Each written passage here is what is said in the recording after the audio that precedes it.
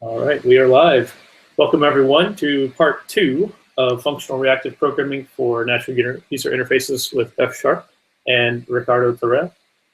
Riccardo is a software engineer backend at SteadyMuse Inc., who is passionate about functional programming. He is active in the F# community and started the DC F# users group. Riccardo is a believer in polyglot programming as a mechanism in finding the right tool for the job.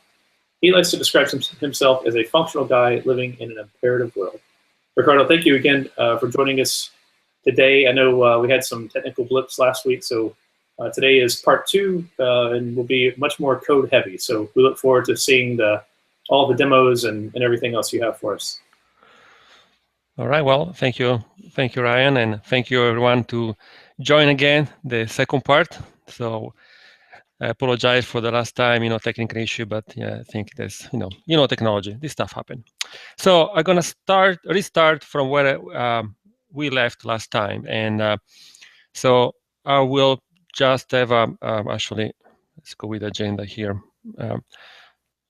As you can see, the agenda is quite shorter than last time. I have like really 1-2 slides to review and re-summarize what we discussed last time, and then we're going to jump in a code sample that we left to see how implement the functionality programming according with the original paper.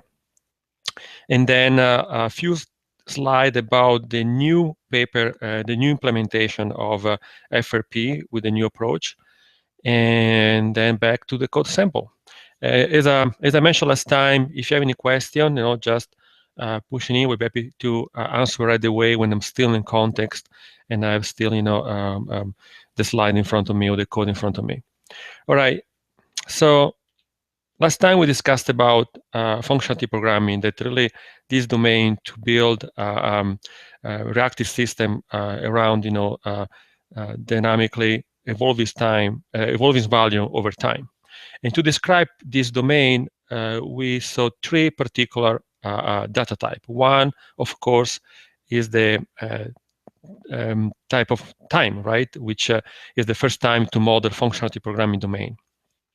And the notion of time, as we discussed, really is denoted by the domain time, which is synonymous of real numbers, right? And we in F# use the float. Then we saw behavior, which really the main type for functionality programming, and is a polymorphic data type that represent these values that evolves over time, which mean that for each specific time, for each given time, we will have a different value, unless the behavior is a constant that never change over time. And what I really like about this representation, really, because it will almost look like data, right? Is a behavior really a function that goes from time to value, and to get the value, just sample the behavior provided in a time. And usually behavior is used to represent, domain in a graphic or to draw some images, which is probably where functionality programming is also better known for. But in real world, can be used as well to represent models such as, the stock price. Last time we saw the example about the bank account, right? That can change over time. But also, network traffic too, right? It can be also an example. And then we discussed for the last but not the least data type in functionality programming, which is the event. And the event is a fundamental component, because think about behavior, right, are continuous over time. But sometimes they should be able to react to discrete event to be updated or even to be created, right?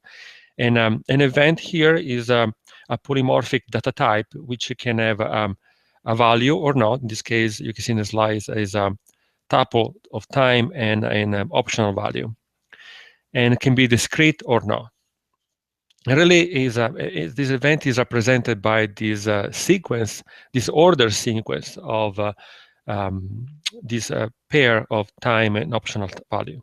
And consider though that, which is important, as I mentioned, time is continuous. So in this case, time is really monotonically, not decreasing, right? Because always keep increasing over time. And for each given value, we have a specific timestamp that indicate when the event occur. One thing that I want to point that event, I mean, this whole domain comes from in the paper of 97, and that originally was written in Haskell. These days, though, especially in language like F#, where events are first value, right? It can be passed around as data. But most important, event in F# are very powerful because it can be combined and composed. So sometimes you can, sometimes I found myself that you can represent this domain just with time and behavior, and you can almost use the F# event in a substitution for the data type event here. All right, and this brings us to the first demo. All right, so briefly, I'm gonna skip the first example about the bank account, and then, but just to give you a refresh, we saw the implementation of the behavior, right? And the behavior is this module here in this project, the solution that you will have access. I will give you the link at the end of the presentation of my GitHub account, so you can download it and play it, and I shall be happy to accept pull request. But the idea really is I built this library in the first time to interrupt with C# because both live quite well in the .NET ecosystem. But for that, I have this implementation was like a bit dirty because I have to create a class that follow the signature, take a time and take an event, because sometimes the behavior can react to event, or perhaps the second construct here, it takes just a time and initial value that can change over time. However, the downside of this implementation, you can imagine, is very object-oriented. So for this reason, each function here really belong to the instance of the behavior, right? Instead, we would like to represent our behavior independently, and the function just, separated from our data. However, the implementation is in all this file, this module, and you can see here the sample function, for instance, which we use to retrieve the current value of the behavior at the specific time.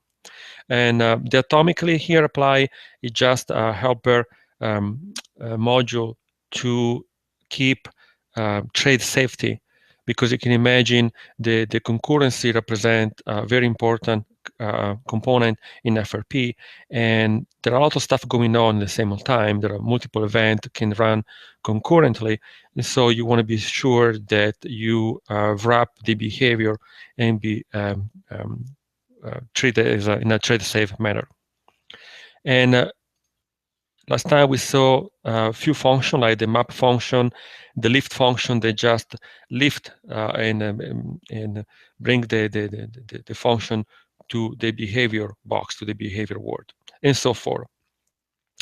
Then we have the a bit clear the switch and the accumulator in the code sample coming, and then of course we have the event module here that is used in relation with the behavior to update and create a new behavior, right? However, as I mentioned, I found myself that sometimes if you don't need any particular functionality, you can just replace this event with F# event.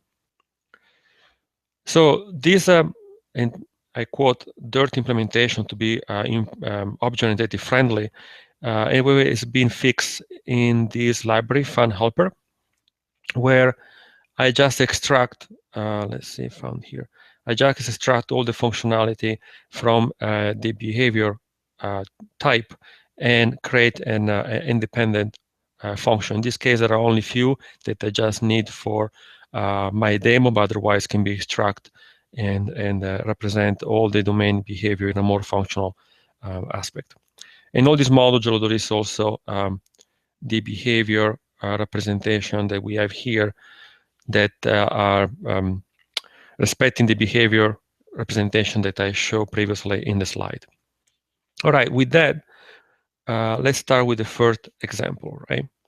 So, font animation. Okay, so there is some library I'm loading here. You know, like the F# helper, that is the module that I just showed, where I extract the behavior in a more functional representation with function independent. The FRP form is just a win form helper file that just open up a window form where I can just draw some images. Okay, so let's load actually this file. So the first example is super simple. I just, you know, draw any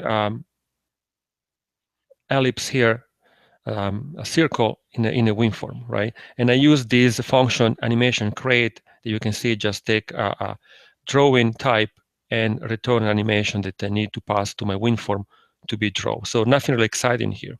However, the rotate function here is what we start to see how we can apply the FRP library in our example. So the rotate here, you just take current speed, which is represented by a float number, the image, which is the what I just render in my WinForm window here. A distance is just the radius between the the center and the image that you want to rotate. Apply animation is just in a function that we can probably go to see here. You can see it just drove the animation, the image, sorry, in our WinForm and sort of invalidate the WinForm to re-render. The increased speed here is some function that we already saw also in the slide, right?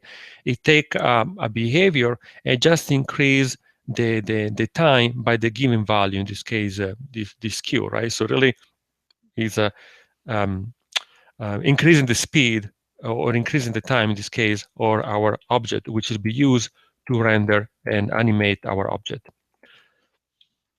So if I run the RAPL, just simply, I lift the apply animation in the behavior box, as well as the position of my current image, and just start to rotate the image. And I keep updating the image thanks to the fact that I pass in a new time, right? I starting with the current time here, and the function in the back of the scene, it keep updating the animation with the new time, which means sample the behavior, it get the new position, and render in a WinForm. But let's see something a bit more interesting. Let's draw two circles, right? Because what is better than one circle? We have two circles. So in this case, you see only one circle here because the radius actually is the same, it's at the same point. So there you go. So now we have two circle, one on top of the other one, and when the small purple and the bigger is the orange here.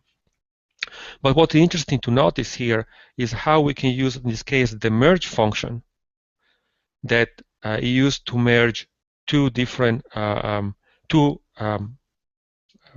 images together, and then again use my create function to re-render, right? So nothing exciting here probably, but at this point we can move forward and do something a bit more powerful. So we have our circular animation, which for any given time it just produce a different value, a range, right, that is used here to have like a circle animation because I use the pi value. The circle animation here is a behavior, of course, to go from float, which is our time, to any sort of time, right? In fact, f here is our function. They go to float to any value. In this case, I use this function to some sort of reuse my functionality to have two different sort of animation kind of alternate, right? So I use the to calculate the sine and cosine of a given value. And you can see here the circular animation X and circular animation Y are two behavior of float, which means that for any given time, I will get a different float that also is updated accordingly with this function that I use here with the sine and cosine. Then I recreate a little bit more reusable rotate function where I pass two behavior function. One fx, one fy, that you can imagine it just update the position x or y, passing a behavior and return a new behavior with the updated value.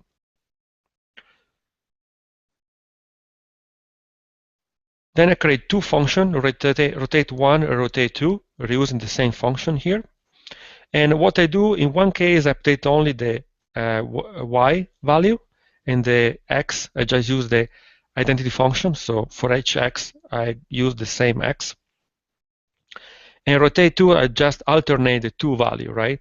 For each y, I use the same y, but update in this case the x. So I'm expecting a animation, sort of animation that I use two images that use the opposite animation, the other can sort of mirror. And as well, now I can just lift these two value, these two behavior in my behavior word using the x operator.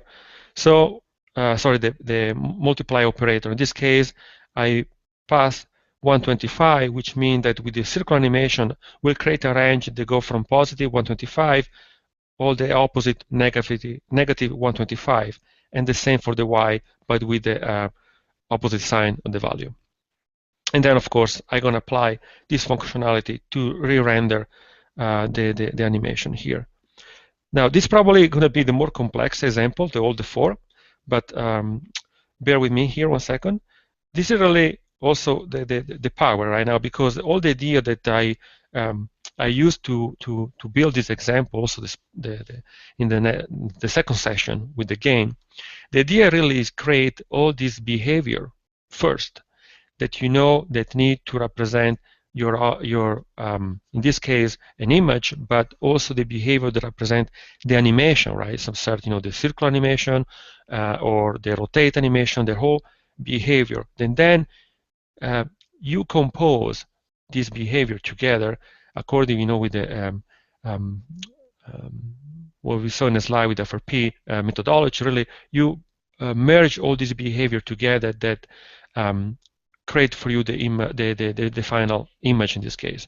In this case, I use the infix operator with the dot, pipe dot, which is just the fix operator that is used to merge two behavior. In this case, I have my the behavior that draw an image where I pass two float, which is case, x and y, and my behavior drawing, which is just the combination of my animation and the constant value of the circles. In this case is the image, because the image will never change.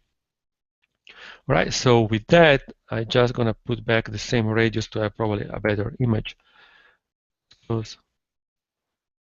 And let's run it.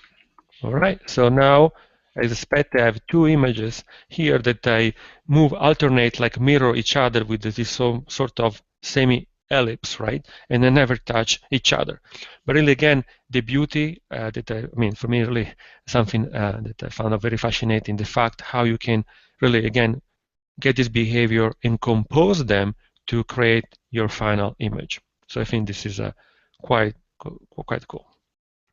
All right, so let's move to the next example. In this case, it's called the flower, and you're going to see 1 second why. And the reason, because don't worry about too much in this code. I create the 5 circle, right, with different coordinated, sort of to build a flower. Each circle here is a type of behavior drawing, right? So really, the fact that draw the animation, the image to my wind form is represented through a behavior.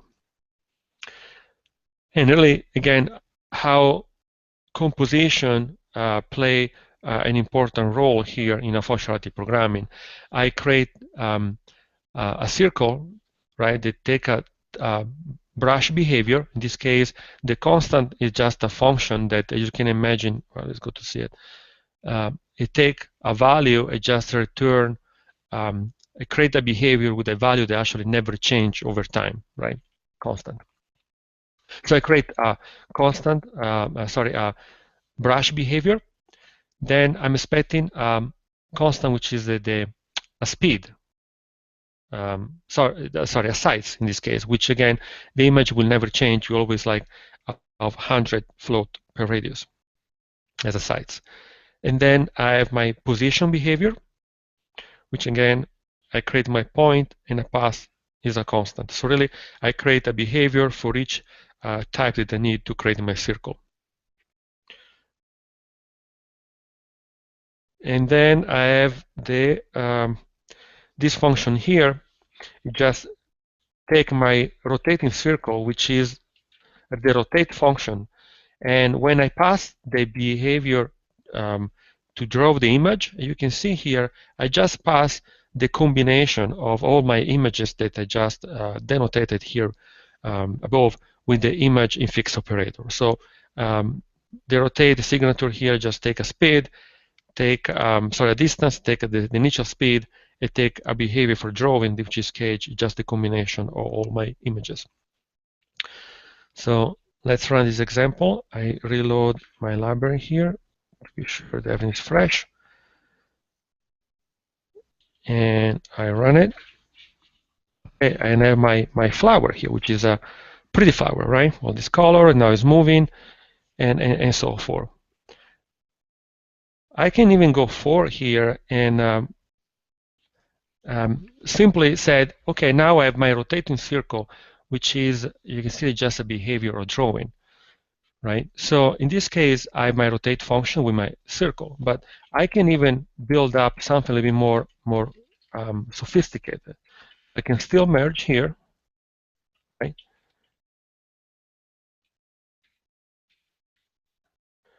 And in this case, actually, to be mirror, I might have to pass a negative value here.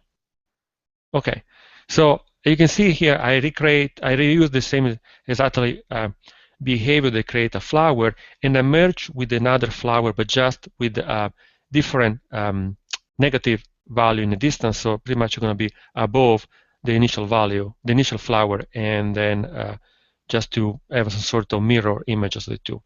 So I'm going to go back forward again. I have to reload everything, make sure everything is fresh.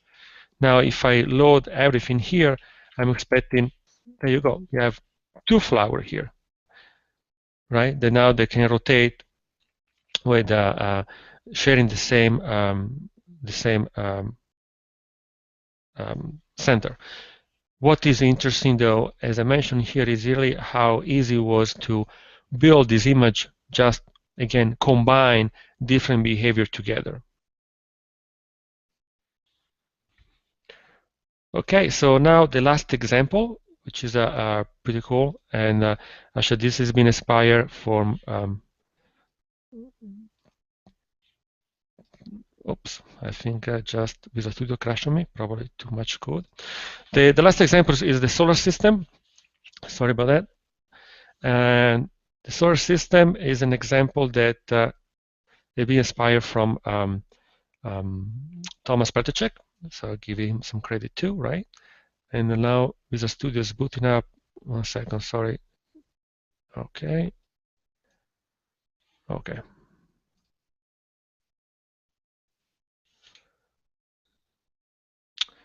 And we are back in the game, hopefully. Okay. Okay, so the last example is the solar system, right? So let's load all the library here again. Okay. So the solar system use the same functionality that we saw so far about the rotate, right? But in this case, I create 4 planets and the satellite, the moon, that you will see rotate around the Earth. And for each planet, I have this function here that I pass just the radius and the behavior to draw my image. So the brush, as I mentioned, same exactly functionality and a concept I used previously, right? I'm just gonna lift the brush in the behavior world, and then I compose all these planet together. Use the merge operator, and then I use the rotate function. I'm gonna increase the speed and keep rotating together. So let's see the figure here. All right, so this is a pretty cool, right? We have the sun that doesn't move, right? Because you can see here in a code doesn't have any function associated to rotate, right? The Earth is merged to the moon that rotate around the Earth, and that rotate with the Mars and Pluto, right? So again, all you compose these pieces together. Let's build maybe it'll be something else I was thinking here. So you're gonna see me type. So I'll create a planet like with a lot of satellite, like what's the name, Saturn, right? Yeah. So let's give a different color. Maybe let's give it like blue. Why not? It's good. Blue violet. Oh, we already have blue violet. Blue is good. And for radius, let's give me like some sort of 75 probably is a good radius. All right, so we create our Saturn planet here. So how we can merge Saturn together here, right? Well, let's start from the bottom here. And I'm gonna merge Saturn with all my other planets, right? So we have the Saturn planet I just created. But now what's interesting about Saturn is that he has a lot of satellites, like the Earth has a lot of, the Earth has the moon, Saturn has different in a lot of moons. So in this case, I can just create a list, in this case, of satellite. Let's do 15. Now I create a moon, right? I'm gonna reuse the moon just as a satellite for the Saturn. And the moon is gonna rotate right around Saturn. So in this case, we might just want to rotate for, let's say, 45. 45, it would be the distance from the moon to Saturn in this case. Now we will have, sorry, 45 is going to be the distance, but now we have the speed, right? So we can create satellites with a different speed. In this case, let's do just 4, right? So I think I'm out here. Okay, and now all these planets, of course, need to be merged together, right? All these moons. So easy enough, I can use sharp order function, the reduce, and merge all these moon together, right? So at this point, I have all my moon merged together. But one thing that I need to do is that this moon must rotate, right? So let's rotate. And then from the moon, I have 285 Pluto, so let's do a bit closer to the sun, 185, and then the speed is going to be pretty slow, 0.35. Okay. I have an error here. Okay, so in this case, I here is an integer, right? So it doesn't like this. So how about I can just shadow the I with the float 32, and all the images and animation in WinForm use the float 32. So in this case, that's why we respect it. Okay, so now I create my Saturn. I create my Saturn, which is merged with all the other planet, but also create their own satellite that turn right around Saturn 15, 15 moon of Saturn that with a different speed, right? And I use high order operation, reduce to merge them together. So let's cross finger. I hope that this is gonna work. And let's see. All right, get it right. So you can see now we have Saturn here with different moon that rotate at a different speed, right? So this is a pretty cool example. But again, the goal, really, the example here is the takeaway is really how easy when you create this API around your functionality programming model, behavior, and event, and time, how easy you just compose them together to create more sophisticated library, in this case, animation and images. All right, so this was a few examples that I have about the first implementation. Last time we saw the bank example. All right, so let's go back now and check the second part of the slide. Just checking, Ryan, with you if there is any question. No questions so far. Right. If you do have questions, please do use the Q&A feature. Again, if you're watching, there is a box of boxes at the top, and from that you can switch from the showcase to the Q&A section, and you can ask questions that way. Right, very cool. So the second part is a really few slides how functionality programming evolved from the first implementation we just saw in a code sample in the 97 with the new implementation they call from the paper push and pull FRP from Conant-Elliott. And I really enjoyed this paper, not probably the first time. It took probably a few times to read it when I do my research about functionality programming, that I really get it, you know, and that's why I associate this paper with my good memory. So really, I felt almost smart for once that I really understood the meaning of this paper when I read it probably like the third or the fourth time. And what is interesting about this paper is that how Conant-Elliott introduced new concept, well, not really new concept, but a new modern approach how to build functionality programming from the previous implementation, right? And this new refactory, there are some interesting concepts introduced for the modern implementation, such as monads and applicative, which didn't exist in the first implementation in 97, right? And so these really give also a more modern and elegant denotational semantic. But what really changed to me and make it more clear how to implement functionality programming when I was struggling is the fact how in this paper he introduced and explained how inverted the pull model or the first implementation with the push model, right? Because if you remember in the first implementation, every time the behavior has a new value, well, you have kind of asked for it. You have to sample the behavior, right? And this is also, I have a few downsides. For example, if a behavior, if you saw there are constant behavior, the behavior never change, right? Like the image of the circle or the speed or maybe the distance in the image example, they never change over time. Why should keep asking for the same value, right? Or for the same token, if a behavior change due to an event, right? Well, like in a bank example, the bank account behavior was changing upon the fact there was an event such as cash some money or deposit some money.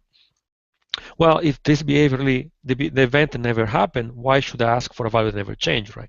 So really, this concept of pulling, pushing had a lot of new benefit, but it make more clear how implemented to how implement the behavior in a modern implementation. And in his paper, he referred to reactivity, right? So there is this new notion of reactive values, and is really the idea of decomposing the behavior in two components. You can see the slide, right? We have the reactive values, right, which are independent of time, right? And then we have the time function, which are dependent on event, right? Because if an event happen, well, that's going to be updated as well. So this is really the idea of the reactive values and non-reactive time function. And really the main idea again is really considering behavior of chain of phases, right? And that's what really make me understand the functionality programming with the reactive approach. And this chain of phases mean that every time an event happens, well, a new behavior phase what's the word? Is materialized, right? Which mean can be created a new behavior, or the same behavior can be updated, right? And these phases are themselves phased, right? So in other words, for each behavior, each behavior is followed by a new behavior with the time when it make the change, right? And probably is clear here in this slide, right? So we have the new time behavior with the reactivity notion, but think about these two functions, right? The function, the pure function of the time behavior, which is time to time solve, which is pretty much the identity behavior. Let's say that behavior. But you can see here, I'm using the recursive keyword in F# because now the behavior, the function behavior, is calling itself to update the value, right? But this is not materialized until, of course, an event happens. As I mentioned previously, the concurrency play a very important role in functional reactive programming, right? But it use a different form than a traditional because it use like this notion of continuous, right? So it's a very fine grain, but is also non-deterministic and continuous because this notion will continue over time. So the more and well-known concurrency model that use interleaving, right, is not really possible in functional programming, right? Because there is a lot of stuff going on, and there's really this notion of there is no notion of interleaving because it's continuous, right? So there is no really space, there is not really room for interleaving. And then we have the representation of the event, right, which is a bit interesting, and it works. I pretty much reuse the same implementation that was done with the event from the first implementation, the first paper, and applied the reactive approach. In a paper, really, there is no notion about how convert the event. So really, this is not if represent a good solution, but it works, and it's possible again to use the event from the traditional paper. But really, the main point here is that how behavior can be represented in a more reactive manner, converting from pulling to pushing. But also, more important really, is that's how we can program with this new behavior, right? How we can compose them, right? Well, as Cornelio introduced in the paper, right? Well, behavior simply are just applicative, right? So we can pretty much reuse what we already know about applicative, which, as mentioned, we can reuse what we already know, so there is less learning, and we already have rules and specification for free that we can follow for this composition. And if you remember in the last session, we have this example about check the position of the mouse with a behavior, two-state behavior, right? It was just true or false. And the original implementation was just take these two arguments, which is the the two corner, extreme corner of the rectangle, and then in the behavior we're just sampling the position of the mouse and return true or false, right? Well, if we don't have anymore, we don't have to sample the behavior. We don't have to ask the value of the position of the mouse, right? Right now we can use this new implementation just to have a constant and new value of the position of the mouse without any pulling or sampling the behavior. And what is important here, right, is this the apply operator, right? This comes from the more modern implementation, and which applies to time varying function to a time varying value, right? So simply by applying them at each point in time, right? So really this apply operator, really the secret sauce, how you compose the reactive behavior. And from there we have the event again. We have sort of APIs, that we can use this small semantic model here to represent our event vocabulary, right? And then it can be used to compose them. So we have the merge, the second one. Well, the never event is an event that never happened.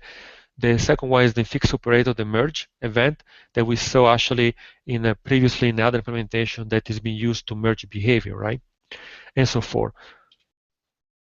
What is interesting, actually, we're going to see come in the next cool example, is that really how we can use event also to compose behavior, right?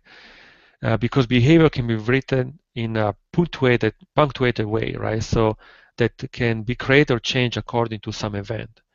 One very simple but super useful building block is the last one in the slide, the accumulator value, right? That will be used also in the coming example, because it takes initial value, it takes an event, and return a behavior. But think about now the event, it become this producer of value, right? Which is really continuously update the current value of the behavior, right? With starting from the initial value, right?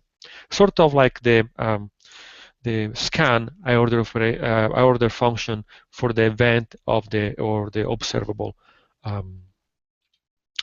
and then we have the switch combinator, which is also one that we're going to use and very useful when you build and compose a behavior.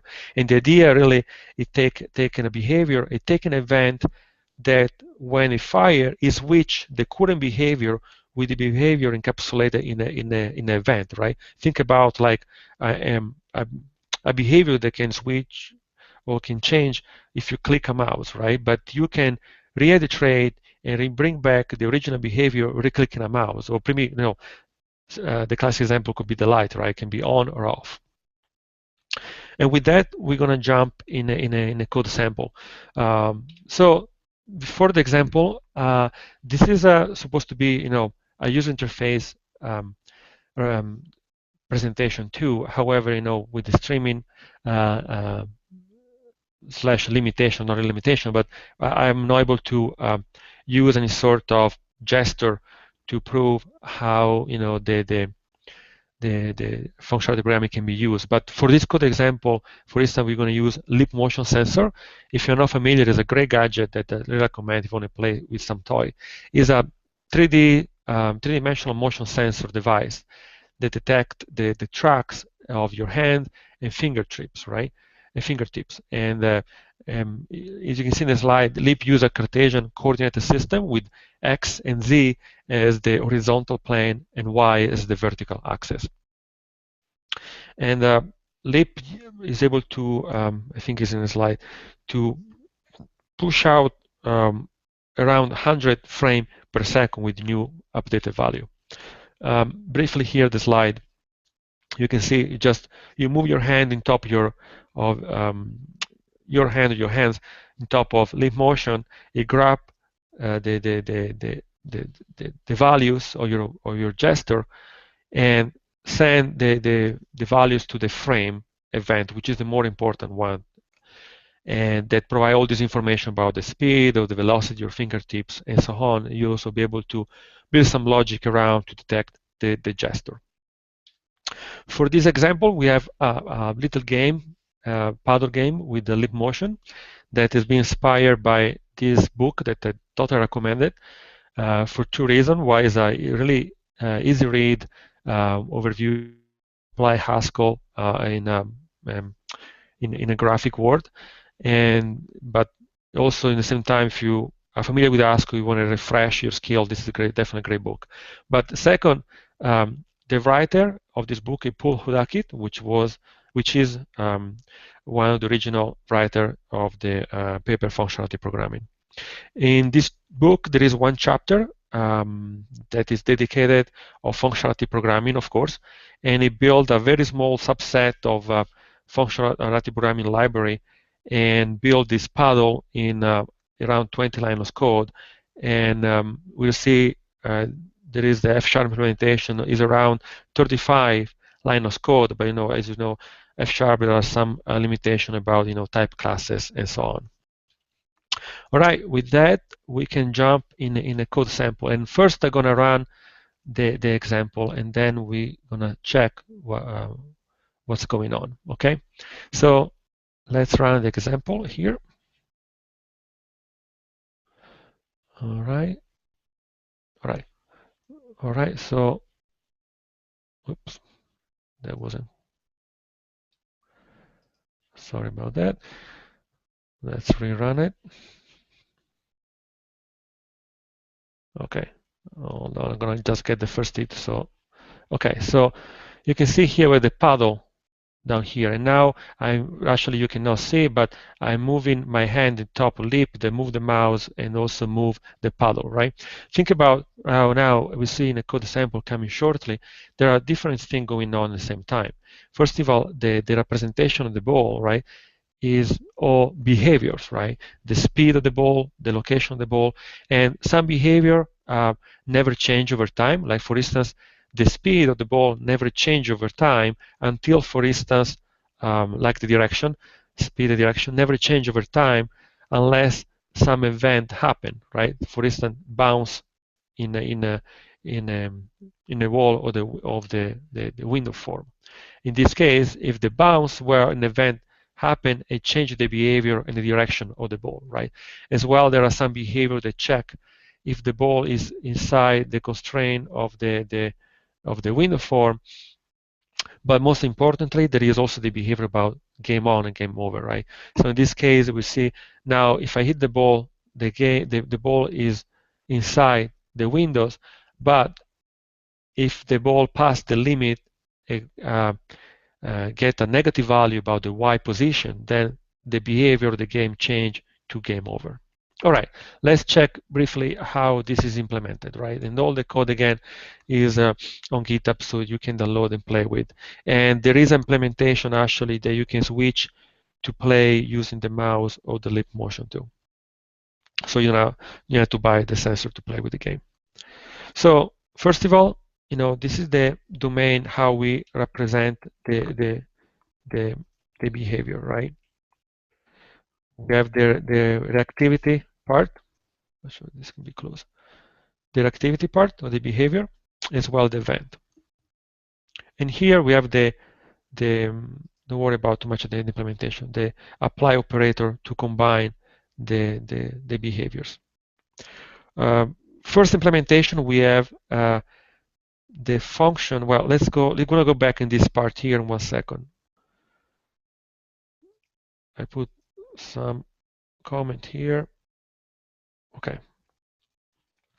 So first of all, we have the condition x position, which is a function that take a position, in this case the x position of the ball, and return true or false, indicating the ball inside the axis. I mean the wall of the window, right?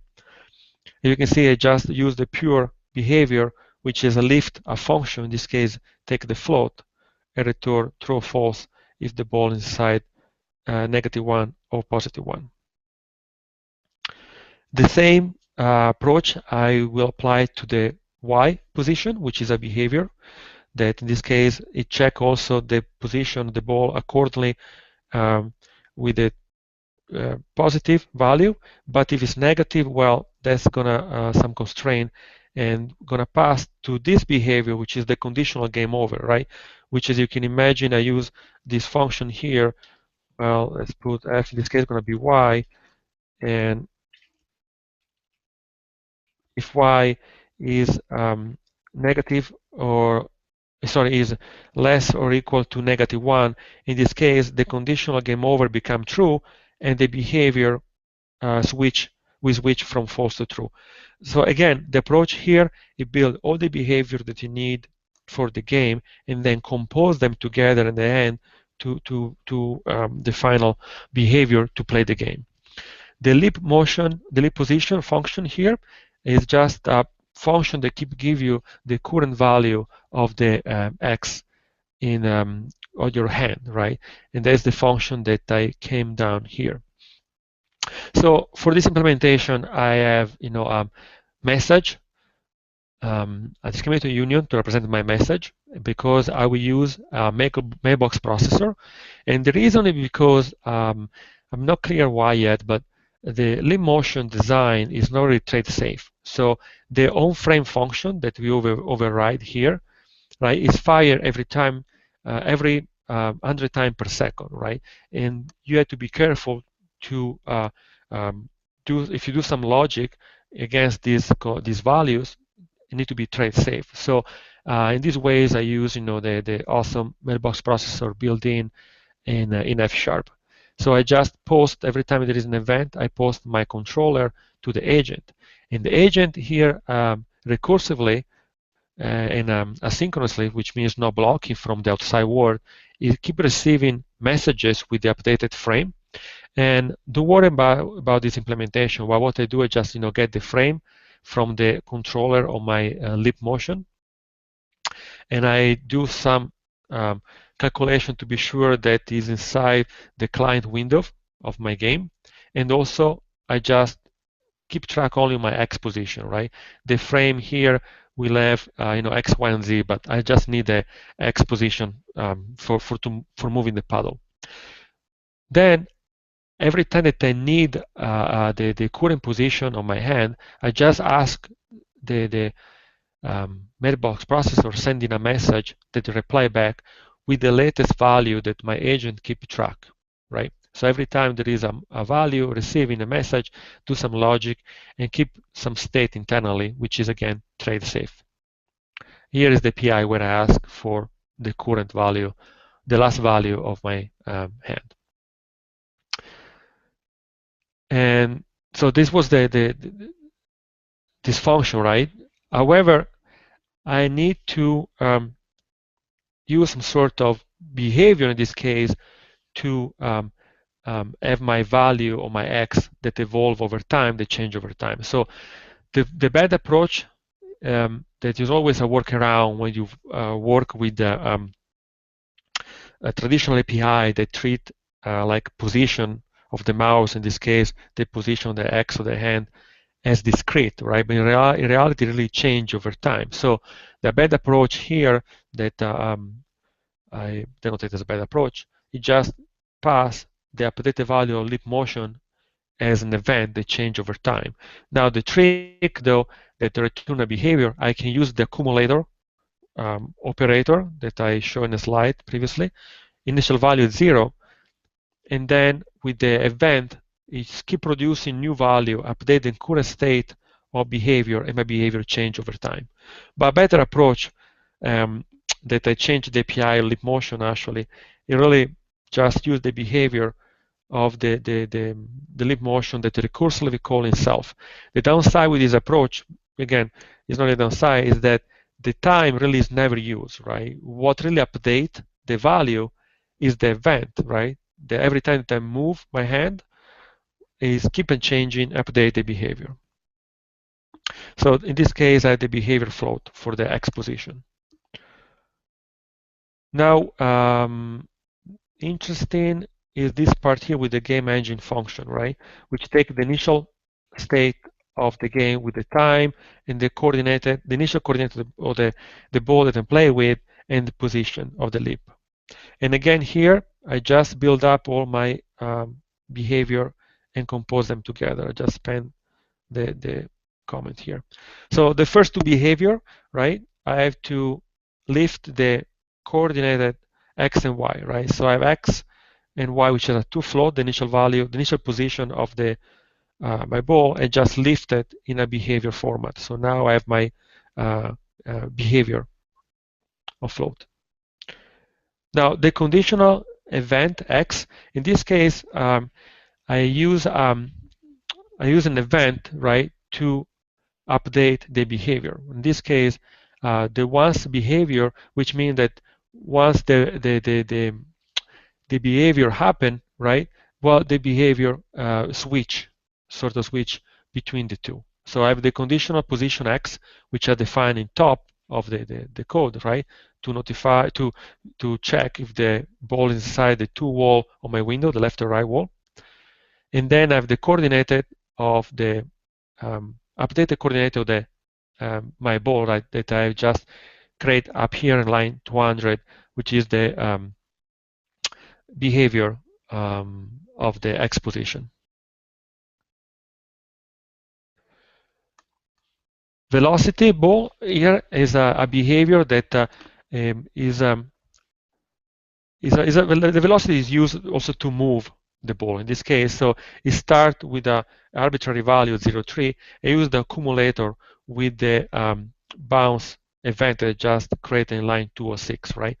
So it starts with 206, but every time there is a bounce event, which means that the ball hit one of the left or right wall, where this accumulator change and the speed change from 0.3 to the opposite. It's going to be negative 0.3, right? So it's going to be to left to right or right to left. Now, what I did so far here, right, it was for the X coordinated and velocity of the ball. I just replicate exactly the same for the Y, right? So now I have the Y position and Y velocity. And you can see I just use a negative arbitrary number because when the game starts, actually the ball is going from top to bottom, going in a gravity down, right? And of course, there is the bounce event for the Y2, which also consider though the position of the leap motion, sorry, the paddle, right? Because I move my hand. So if the ball hit the top wall or the paddle, the event is triggered and the velocity of the ball change. And now I just put everything together with the update coordinated ball of X, right? So I just compose the velocity and the coordinate of the ball, right? And I use this integrate function. I'm not going to detail how this is implemented, but also in the book is a convention use integrate as a convention name when you apply some extra functionality to change the value of behavior before is exposed, right? In this case, the behavior change the value because I apply some sort of physical gravity for the ball from top to bottom. I do the same for the Y as well, right? And then I just combine everything together with the conditional behavior, for the conditional game over, right? Combine using the apply operator with the current updated coordinate of the Y, right? Because in this case, if the Y pass -1, well, this coordinated game over behavior switch from false to true, and I use the once behavior operator to fire up an event, in this case, to notify that the game over behavior switch, which means the game is over, right? And then I just combine everything together. So really, I think I know there's a lot of code to digest here, but really, when you go through more really at home, when you download the code and with a little bit more time, you're gonna see how simple it is to create the steps and the behavior that represent your game and compose them in a cohesive behavior and just compose with an event combinator to switch the behavior or update the behavior over time. All right, and with that was the last demo. So I just gonna summarize the presentation that are almost already over time. So to summarize, really, this summarizes also the first part of the presentation where we talk about functional reactive programming, really, that the true functional programming is about a dynamic values that change over time, right? Is now apply order function to event. And really, the fascinating part is that FRP provide a very simple but elegant denotational semantic, and also is the notion about continuous time that allowed a more composable and a better way to model your domain. Then we discussed about the notational semantic. It is just no intrinsic that belong to functional reactive programming, but really how I learned during my research how is the notational semantics a great style to build elaborated and clear and easy to reason about API. And it's all about compositionality, right? Which is also one of the main tenets of functional reactive programming. Again, how you can create this API, and from your domain you build your program, And when you need some sort of new combinator, you just simply create it, right? You just create the behavior, get the behavior, get the value, and use the apply operator to compose the behavior in a very functional manner. And again, I recommend to download the code and play with the functional programming. Maybe just start to build your own, which is a second Elliot. It's quite easy. You should do it yourself. And that's all I have. But I'm here for question, and I will be happy to answer any question when I still the slide the code here. Otherwise, my information, my email is Riccardo with 2C, because in Italy we like to put 2C in Riccardo, at gmail.com. And this is the link of my GitHub repository. We can download all the code sample, and actually there is more and more. There is also code sample using Kinect, if you have an Xbox Kinect at home, or other example just using React extension to use a less true functional programming approach, but still quite effective. And that's all that I have. So, Ryan, there are any questions for me? I don't see any questions on here right now. Let me check the YouTube page from the last presentation, because I remember seeing some comments there. Okay.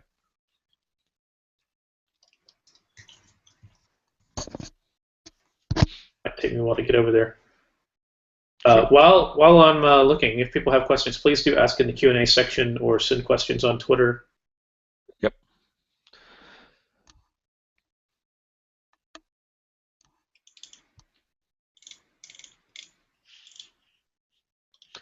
Yeah, I do remember there was a question last time. Let me check too. I forgot.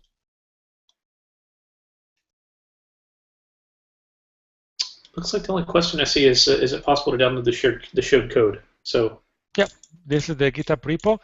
And actually, there's some small update that I did a couple of days ago. I'll be sure to push everything right after this stream. And yeah, you're good to go. Download it and play with. And again, this is my email. If you have any question, send me an email or tweet. I'll be happy to answer. Excellent. Well, this was fantastic. Thank you so much, Riccardo. And for those of you who may be out in the Silicon Valley area, Riccardo is going to be speaking at Silicon Valley Code Camp later this year. So I think that's October 1st and 2nd. Yep, that's correct, yes. So if you want a chance to meet him in person, you can head out there and say hello. Yeah, looking forward. All right, fantastic. And don't forget that on Thursday, in 2 days, we'll have Isaac Abraham talking about Azure, F# Web, and how they work well together. So please join us again in 2 days on Thursday. Riccardo, thank you so much for joining us, and I hope you have a pleasant day. It's been a pleasure. Thank you very much, Ryan. Thank you.